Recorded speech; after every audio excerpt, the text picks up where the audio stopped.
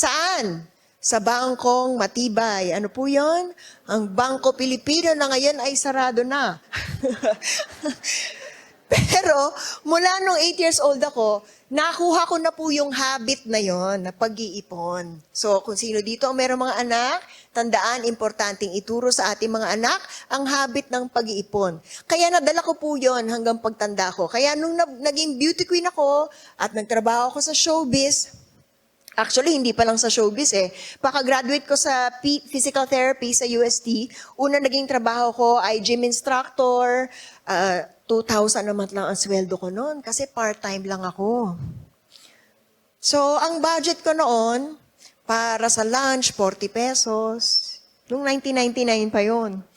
Tapos ano lang, mas mura noon ng gulay kaysa sa meat. Kaya gulay, tas sandamakmak na kanin, busog na ako. Yan.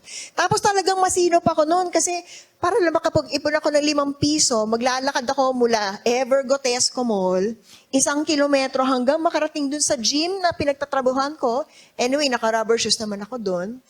Tapos, pabalik din, 5 piso din yun. So yung 5 pisong savings ko noon, yun ang budget ko sa merienda.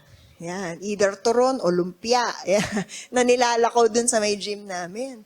Tapos imbis na mamasahe ako, nakikisabay ako sa tatay ko.